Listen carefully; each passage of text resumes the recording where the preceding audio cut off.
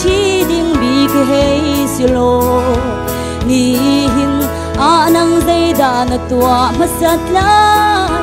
fo lei chil mana boy bi masat mala asi le Giêsu đã na pan masat la nai man sang mo nai tim sang mo hai ding le kip tu zong a chi khâu kan si dip chil ma chi nu than bin sung sa nun na chung phak na krau chi ket na ngai chang mo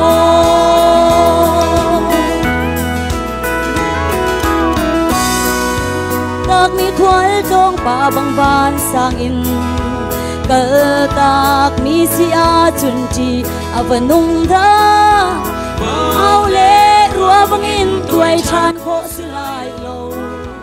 dai thang chim chim la mu san adi nan a nai man sang mo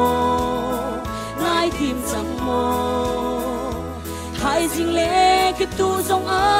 chi khâu kan si tip chil ha chi nu than bin sung sa nun na chung phak na krau chi ket na ngai chang mo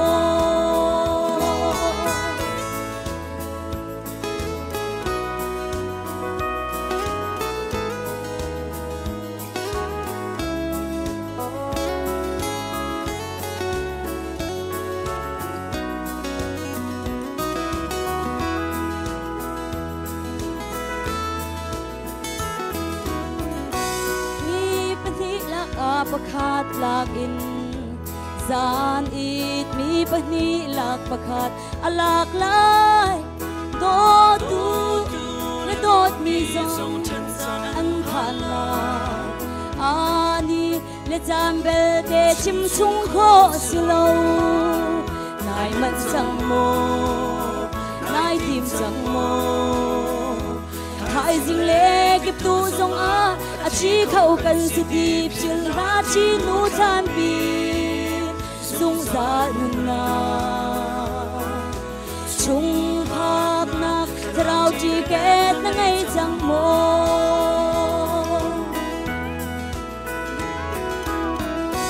tu zong an thei par an zun lai lo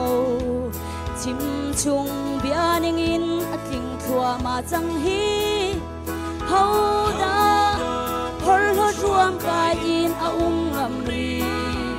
in ka